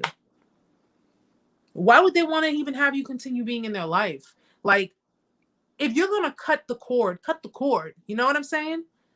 Don't cut the cord and then quickly grab a piece of wire tape and reconnect it, or like leave it dangling. Cut the cord completely. If you thought I was so toxic, if you thought that I was the problem, the basis of all the problems, if you thought all of this, why would you want to be friends? Now, let me ask you guys this question. Why do they insist on being friends with exes that they claimed cheated on them, hit them, abused them, lied to them, did all kinds of stuff? Why do they insist on having them in their life then? Those same exes that they told you about, the same exes that, and I don't give a shit if there's kids involved. Let me tell you something. Just because you have kids with someone, okay, and these are for parents who are co-parenting with the narcissist. Let me explain something to you. Just because you have children with a narcissist, or you have children with someone who is extremely narcissistic or quite manipulative or even remotely abusive, you don't have to be friends with them. You don't. You just have to focus on the one connection that you have, and that is your child. That is it. You guys can be cordial with one another, yes, but you do not have to be friends with them.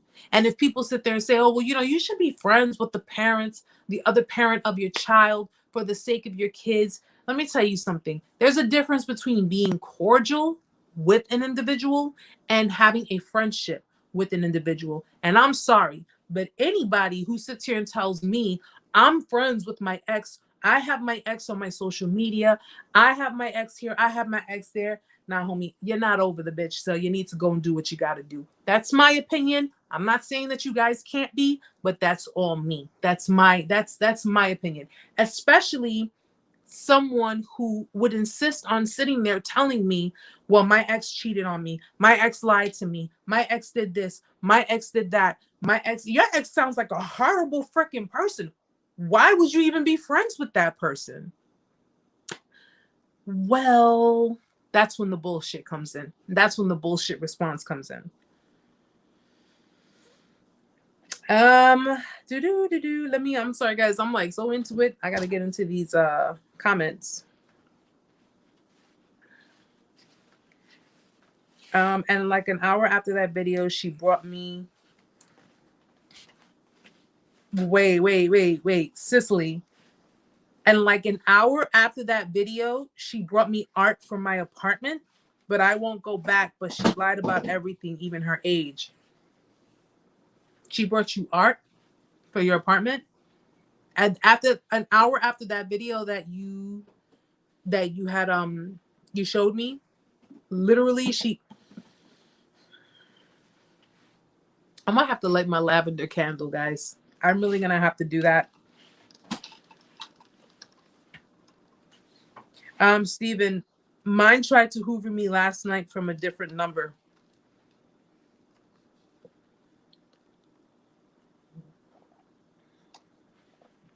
But can we talk about the solution after being emasculated?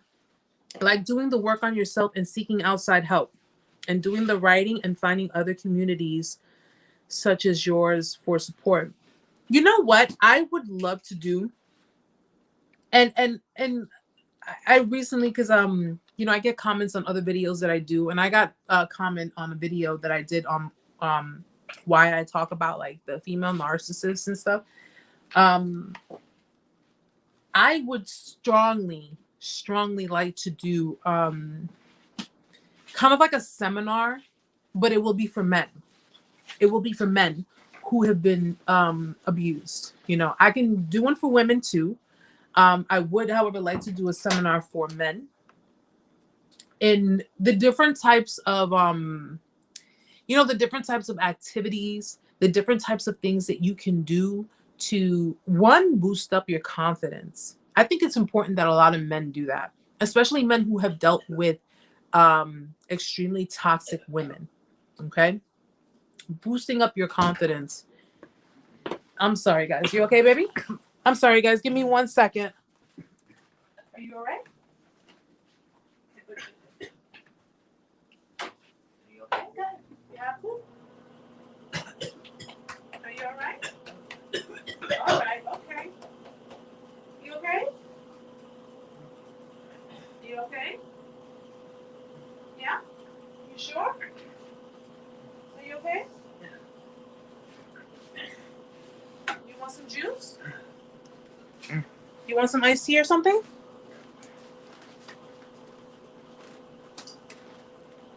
Are you all right, honey? You want some iced tea?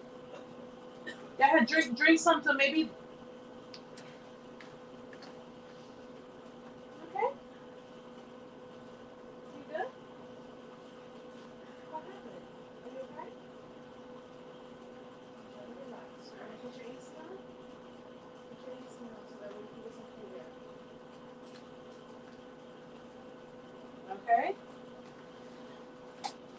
I'm sorry, guys. Give me 1 second.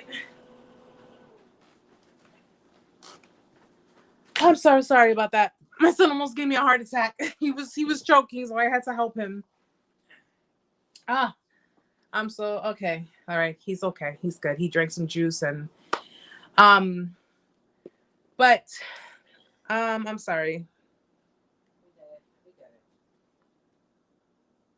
Joshua, yeah, no, he's fine. He's fine. He just needed to, I guess he was I think maybe he might have drank something and it, you know how when we drink something and it goes down the wrong pipe, or it was maybe something within his stomach, but I let him put the AC on so he can have some cool air hit him, and I'm keeping an eye on him while he's in the room. So I'm sorry about that, guys. But you know, mommy duties call. They call all the time. Doesn't matter what time of day it is. So we got to make sure that that's taken care of. But yeah, guys, I would love to do a seminar, or maybe even a group. You know, it could be a private group chat, with the men, and you know, and just sit and talk with them and give them some of the, because I think it's important that a lot of men focus on really boosting up their own confidence, you know, and I mean, listen, given my experiences, even though I've experienced being in toxic dynamics with men who have been emasculated, or men who love to emasculate, because it can go either way of the coin. It really hits close to home for me, because like I said, you know, I got my son, you know, I have to consider him and how he's going to handle relationships when he gets older, and what he needs to discern and the things that he needs to do when it boils down to certain types of females. So I would love to maybe possibly do that with you guys.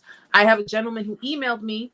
He's going to give his testimony for Testimonial Thursday. His story was very interesting. He emailed me a description of his story, and it's just, you know, it's like, just with the story alone that he emailed me, it was something that was wow, you know. And of course, I do want to get the men's perspective. So, you know, my first was of course a woman.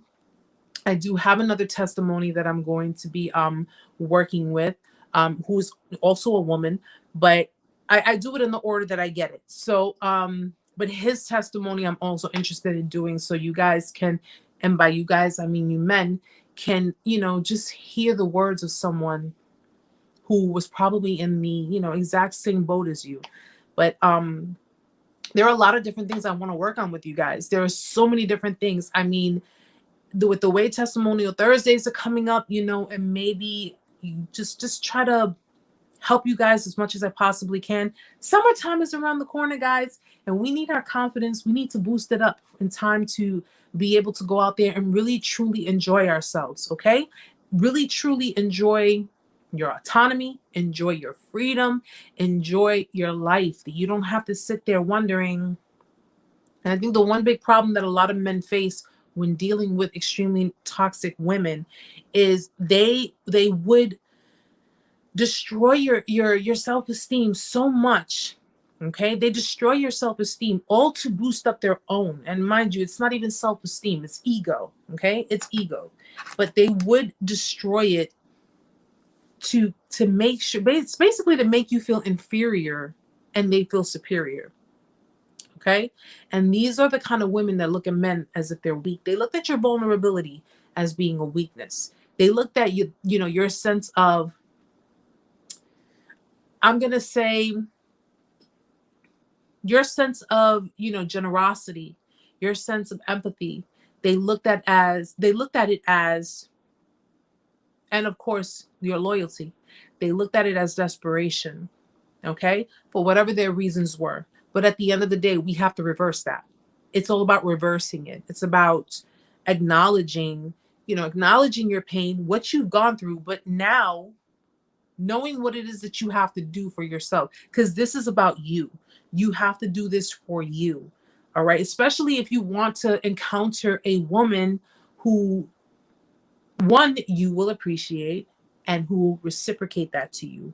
You know, one who will validate you and you will reciprocate that to them. That is a healthy relationship. That's the goal here. Getting to healthy relationships. That's the goal, and that's what we're gonna look towards. But I am going to take and I actually, what I would like to do, I'm going to draw up a questionnaire. Okay, I'm going to draw up a questionnaire, and if you want me to, I can email you the questionnaire, and I want your honest answers. I'm going to do that. Matter of fact, Amanda, remind me, I'm going to do that. I'm going to do the questionnaire, and it'll help me, because that's how a lot of people are able to do these other programs. When you do like questionnaires and you get men's opinions, ladies, I'm going to do the same thing for you. And we can learn how to maybe do certain activities based on what those answers are. So that's something I can work on. So you guys have given me something else that I can work on. And I'm here for you guys. That's the key thing. I'm here for you guys. You know me, I don't always sugarcoat everything, but sometimes I have to give it to you the way it is, because it's all about your mental health, your well-being. I'm going to be 110% honest with you. All of these people who have put you through the shit that they put you through are a non-factor to me. You are. You're the important ones. That's why I'm doing this. That's why I do this every week. Everyone else is just pretty much, if they're not helping us build the boat, then all they're pretty much trying to do is drill holes. So when it comes time to sail, it's going to sink. And my job is to make sure that doesn't happen. So I will definitely, but I'm going to definitely see if I can do a little something for you guys.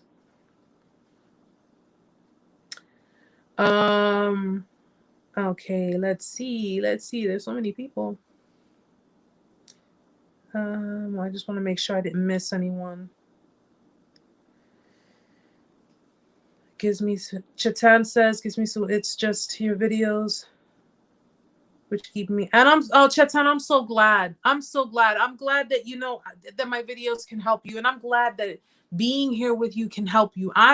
Listen, you have no idea. Yeah, these people can tell you I get emotional. So don't get me crying, man. Don't get me crying. Okay. Cause I know how to, listen, I get extremely emotional. Okay. I'm a very, very emotional person. Okay. I was watching a World War II video with Amanda and I started to cry. So don't get me emotional, but I'm so glad that I can be here for you. And I'm glad that I can, I can help you walk through this. Like, I may not be able to, do as much, but I'll do anything I possibly can, because nobody deserves it, guys. Nobody deserves that pain. None of us deserved it.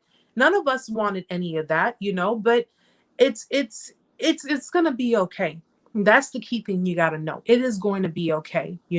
I know those thoughts. I know those feelings. And if you ever need to talk to someone, do not hesitate to message me. Don't hesitate to message me.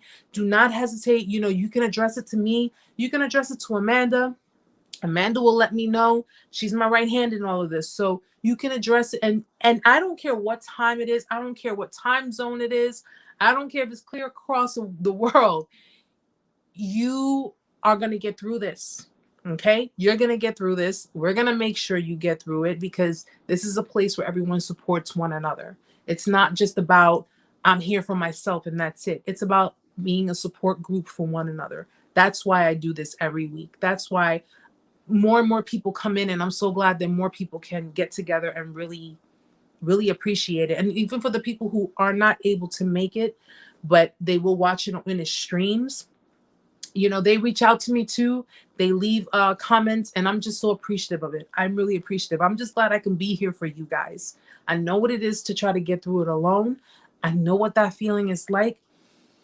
It's a rough feeling. It's a tough feeling, but trust me, I was in a very bad place almost 3 years ago. I was in a very, very bad place. And this is where I'm at right now. And I'm just up to here. I'm up to here with narcissists. I'm up to here with manipulators. I'm up to here with all of them. And at the end of the day, the magicians, they like to play their game, and that's cool. I'm giving the secrets away. I'm giving the secrets, and I'm doing it for free. So who's really laughing now? You know what I'm saying? So don't worry about it, Chatan. You can, go through the videos. Every week we're here, 8:00, Tuesday. Never fail. I always make sure I set it up, and I always make sure I'm here with you guys to talk about whatever it is that you need. So thank you so much for being a part of it. Thank you for being here. Cicely, I know now and I'm coming out the fog, but she did have really good game. I even investigated and found nothing. She is good with what she does. And you know what? She's when you get through the motions, Cicely, and you get through all of, the ordeal, she's going to be a memory of the scrapbook. That's exactly what she's going to be. So you just keep going through and keep moving forward. Keep looking forward. Keep looking forward. Don't look back. Don't look back for her. Don't look back at her. You have to, you have to set those boundaries, and you have to let her know that you are someone who deserves respect. Now, people, they'll listen. If you let them get away with it the first time, then what are they gonna end up doing? They're gonna end up ice skating all over you. You understand? Because you let them slide. All right, I'm gonna let this slide, and then boom, they're throwing on their skates and they're doing figure eights around you. And that's something that you got to keep in your mind. Remember what I said in the video earlier. Do not give someone who has made you an option the opportunity to do it again. Because the first time they made you an option, they thought, I could find better. And at the end of the day, if they decide to come back, oh, well, it's because I couldn't find anything better out there. They're not going to tell you that. They're not going to tell you that. They're just going to be like, well, I realize that I love you and I want to be with you and you're the one that I want. You didn't realize this when we were first together? Well, no, that's too big, because they were too busy shifting blame onto you. And they were too busy just talking all kinds of nonsense and doing everything that they could to push you away because their new supply was given to them. Listen, man, it's just a headache not worth having. It really, really isn't. I'm sorry, guys.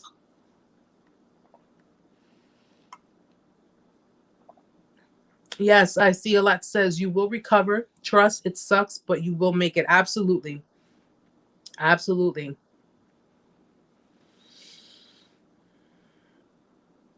Yes, Butch. That's really thinking about a permanent solution to a temporary situation. You got this. You're here, home, place where this is help, and there is hope just knowing. Yes, I love that. I love that. And that's exactly how I felt too when I first, I was so caught up in my depression, and I was so caught up in, the battle that I was facing, that I thought about ending it myself. I thought about ending it too.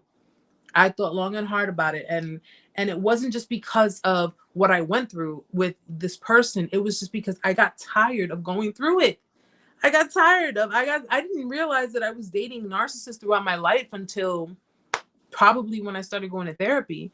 And I'm like, yo, what is it about me that I'm going through all of this? Why can't I just have a normal relationship?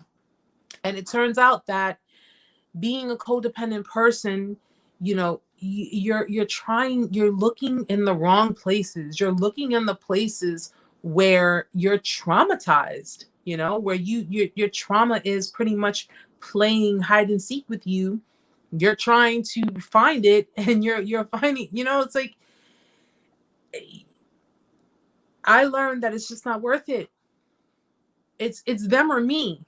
And they were not giving a damn about me. They were busy doing their own thing, entertaining other people and doing what it is they do. They didn't give a damn that I was standing there contemplating going to my roof to jump over. Don't end your life, a beautiful life, over someone who would probably bring the next person that they left you for to your funeral. Don't do it. They're not worth it. They are so not worth it. And at the end of the day, I have so many awesome people who come every week, who come and just join in, who email me, who send me comments on my videos, who say, you know what? It helps me get through the day. And you know what? I am so happy, because that lets me know that I'm doing something right. And it lets me know that I'm getting through to people. These people are not worth it. They are not worth it. Okay.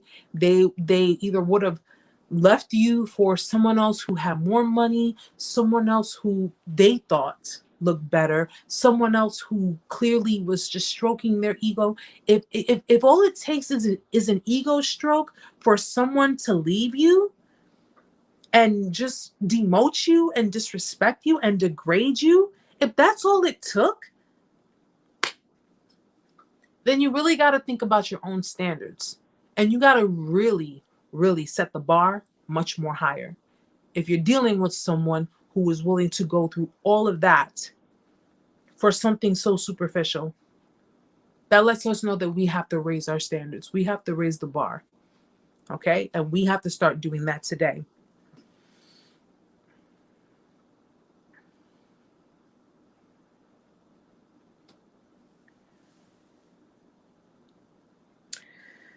Okay, let's see.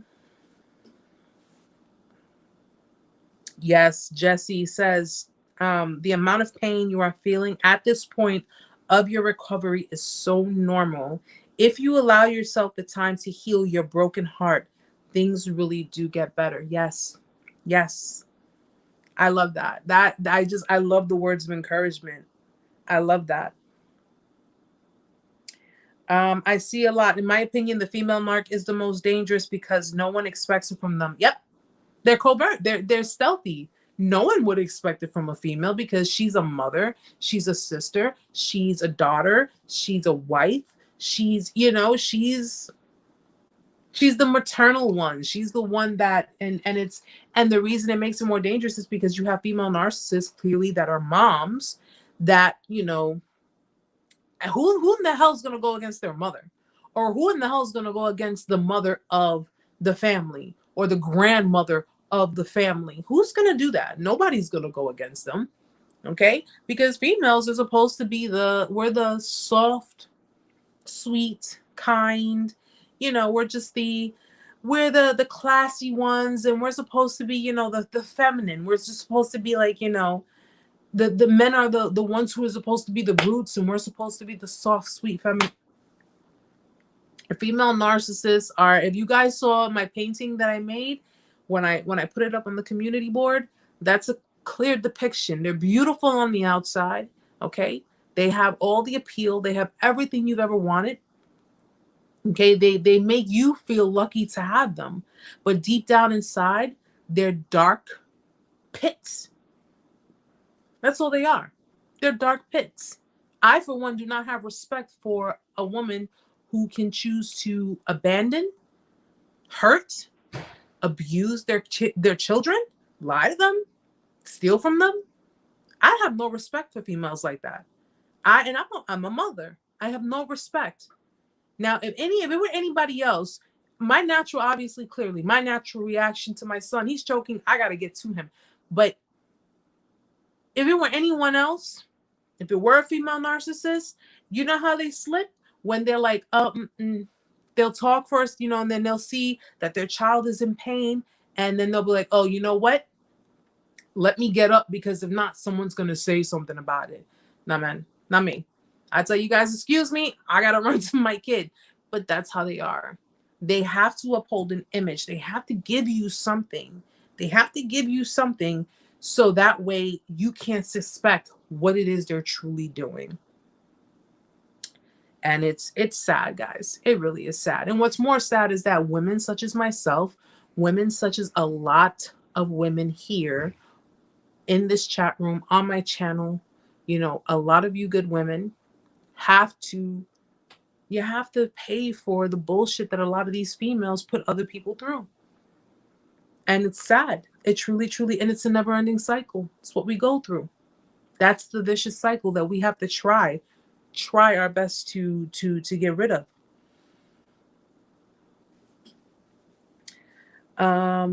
Let's see. I see a lot. I respect you for putting these men onto these sick women. No, absolutely. Absolutely. It works hand in hand, guys. I mean, not to say that, we only do it because we want to make sure that you guys, it's a benefit for us as far as helping you men out. It works hand in hand, because I don't have to try to convince you that I'm a good woman. I don't have to try to convince anyone I'm a good woman. I know I'm a good woman, and my actions will speak for me if or when I decide to date someone. But it goes hand in hand in that you will know how to decipher a good woman from a very toxic one. Because if you don't know how to decipher a good woman from a very toxic one, you will end up being toxic to the good woman. Okay? And that's what we don't want. We don't want that. That's why I think it's important that I talk to a lot of men when it boils down to abuse, because you guys go through it. I acknowledge it. I know you do. And I'm here because I don't just advocate for women and I don't just advocate for men. I do it for both. I do it for both because this is for the victim. The victim has no gender, the victim has no race, the victim has no color. It's pretty much you are a victim, you were a victim of narcissistic abuse, this applies to you. And then we get into if you're dealing with the female narc or if you're dealing with the male narc. Just know that, guys. Just know that. Okay. I see. I'm so glad more people are talking about these abusive people. Absolutely. It's great. It's like a great awakening. Yeah, because it's like we're tired. Enough's enough already. Enough is enough. Guys, I stayed single for almost 3 years because I just don't want to get, I just don't want to put myself out there. I don't want to put myself in that position again. At some point, I know that's going to end. You know what I'm saying? It is going to end because, I mean, listen, you know, we are human, right? We do have needs and we do have, you know, we do want companionship and there's nothing wrong with that. It's perfectly fine.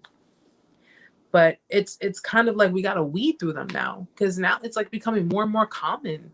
And it's either it's becoming more and more common or it's just becoming more and more exposed. And that's something that we got to seriously look at. We got to say to ourselves, you know, because it's going to just get to the point that all of us are going to end up staying single. We're not going to deal with nobody, you know, and you don't want that. You don't want to spend the rest of your life not having companionship, not being with someone. But at the same time, you don't want to spend the rest of your life sitting there jotting down notes wondering what the hell is this person doing, you know, or it's just a matter of creating that balance. That's what we need. We need that balance.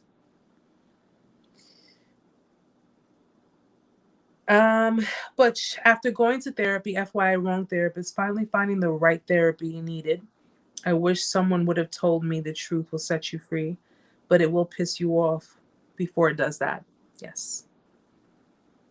The truth will set you free, but it will piss you off, which is why a lot of people choose to lie because they know the truth is going to hurt. But at the end of the day, I think you heal more effectively with the truth than you do with a lie. You heal more effectively. I'm not saying you heal sooner, you heal faster, you heal more effectively with the truth than you would with a lie.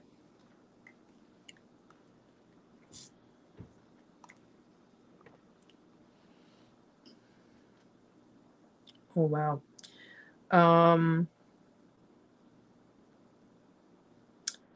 Hi, Hugh. What are your thoughts on narcissistic victim mentality? I think, you know what? I think it goes hand in hand too. Because narcissists are victims of narcissistic abuse, guys. They are. The only difference between them and us clearly is they identify with their abusers. We identify with the pain associated with the abuse. Okay? Narcissistic victim mentality in that sense of, you know, listen, their mentality, they're always going to be a victim. They had a screwed up life. They had messed up parents. They were abused and this and that. Their home was just so toxic. They grew up with less than ideal role models and you name it. At the end of the day, you can't walk around the rest of your life with the mentality of a victim. You can't do that. Even those of us who are now survivors. you have to get out of victim mode one way or another. You have to get out of that, whether you're a narcissist or whether you're just the victim of narcissistic abuse. Their mentality is pretty much, it's by any means necessary as far as getting what they want. We know that, right? But when you decide that you no longer are playing their game, you're no longer giving into their every whim, you're no longer feeding into them and their bullshit, then they will become the victim in all of this. Clearly that part didn't work. So now they are victims. And everything gets flipped around onto you. But in the end, the way you look at it is just pretty much, they've been a victim before they met you. They've been a victim while they were with you. Because, you know, I mean, hey, let's say you find out your narcissist cheated on you. Oh, they're the victim in all of this.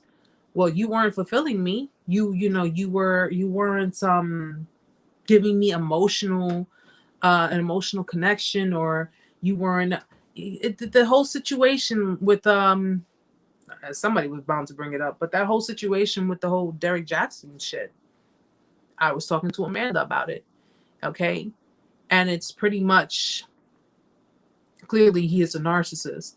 That's a clear-cut narcissist. So he's a textbook narcissist. And oddly enough, there were women who were justifying his infidelity. Well, look at her pictures. Look at her. She doesn't get her hair done. She doesn't get her nails done. She needs to know how to keep her man, entice her man. She needs to know how to do, how to keep her man. That's shifting blame. That's basically deflecting. I can see why he cheated on her, because she's not doing her part as a woman. She's not taking care of herself physically. She's not doing her hair. She's not painting her nails. She's not doing, it's her, and let's just forget about him. And yeah, I mean, that's a serious trauma bond that she has with him. That is a serious trauma bond. First of all, foremost, when I first saw the video, I clearly, being a woman who has been in an abusive relationship, and by abusive I mean physically abusive. I have been physically abused before. I have had, people, they have put their hands on me. I know what it is to, I've been through it all, guys. Trust me, I've been through it all. When I first saw that video, I clearly saw someone who was I said, he puts hands on her. I could just see it. I just felt it. I saw it. I felt it. I said, he puts hands on her. I said, and two, he is clearly using his status, because he's just very arrogant, very egotistical. Like I could just tell. A friend of mine, I actually was following his page before, because a friend of mine had told me to, check it out, and I did. And I'm sorry. And this is no offense to you men. No offense to none of you whatsoever. I'm not saying that your advice is no good. I'm not saying any of that. But I do not take advice from someone who is very biased with one gender while he is putting on a pedestal another. I don't do that. Okay? I get it. His whole persona was helping women to, what he portrayed himself is to help women to love themselves, and you need to find a good man that's going to do it for you, and blah blah blah. Men are like this, and if this man is like this and that man is like that. The kind of stuff that he was doing was predatory. It was extremely predatory. And the mere fact that you have, because men they look at women, like I said, as we're the weaker sex. We're vulnerable. We're more gullible. We're more likely to fall for certain things, and we're more likely to follow rather than lead. When the reality is that you got some covert females up in there that are just like, I'm just as manipulative as anybody else. So, but seeing what he was doing, in the video, looking at his body language, looking at the whole demeanor, just how he was speaking and everything, it just let me know that, and I said, he clearly committed infidelity plenty of times. I'm sure that's not his first time. I'm sure it wasn't. And lo and behold, it wasn't. And the fact that he sat there and said, I'm taking accountability. Like, he's taking accountability for his actions. Like, you should be happy that I'm being a man and I'm taking accountability. That's not accountability. That's exposure. You got exposed. You got exposed for doing something that you preach against. You got exposed for committing infidelity on your wife, who has been by your side, who's been in support of you and what it is you're doing for the past, 12 years or what have you. And throughout the whole entire time, he was trying to save his brand. He was trying to save his name, his, what it was that he, he built on, he built. But the thing is, you built it on lies.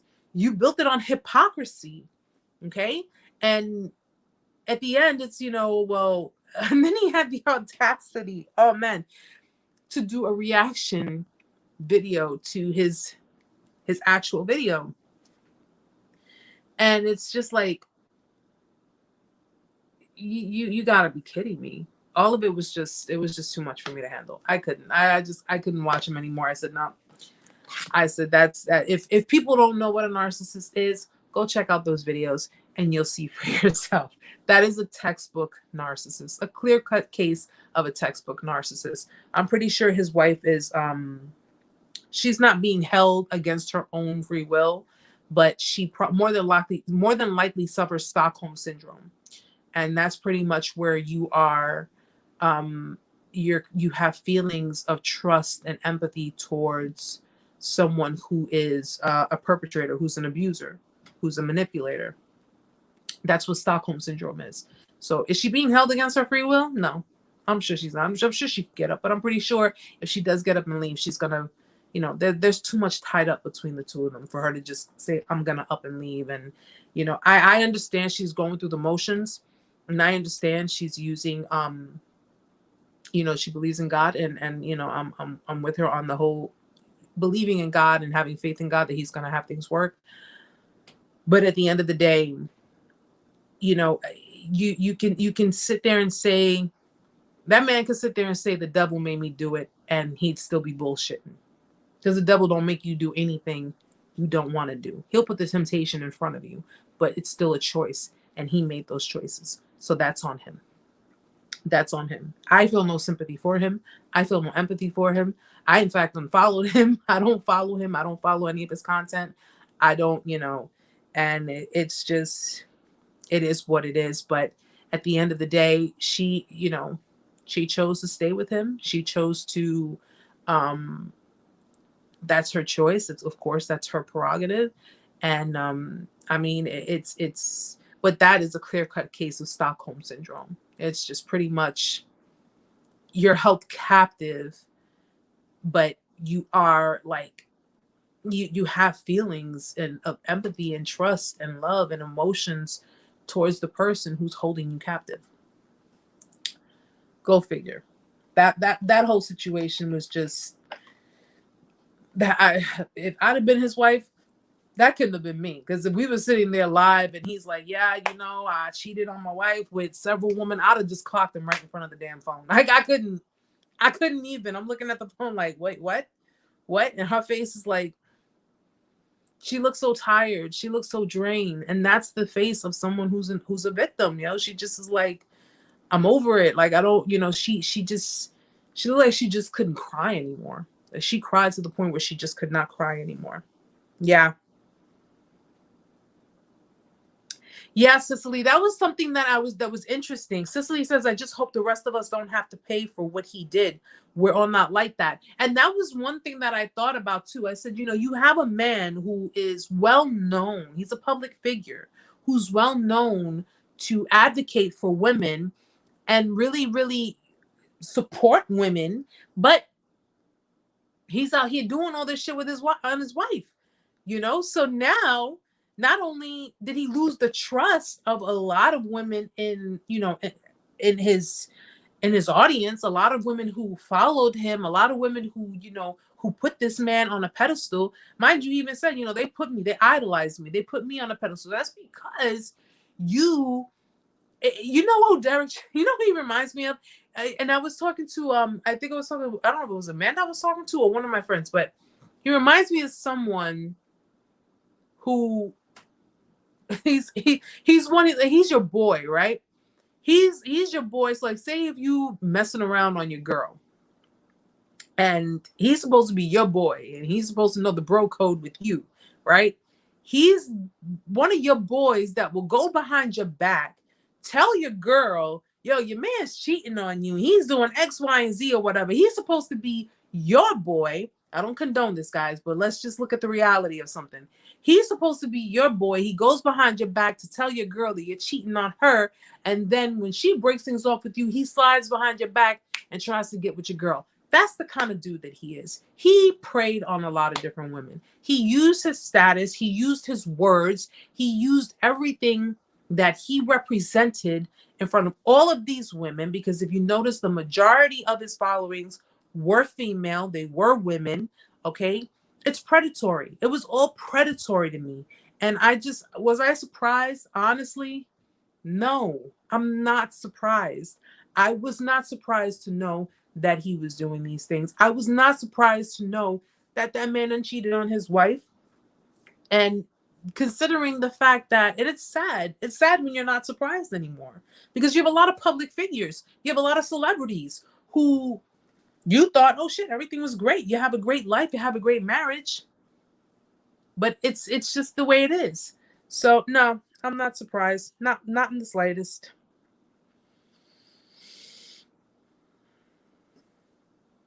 Have a good night. I see a lot.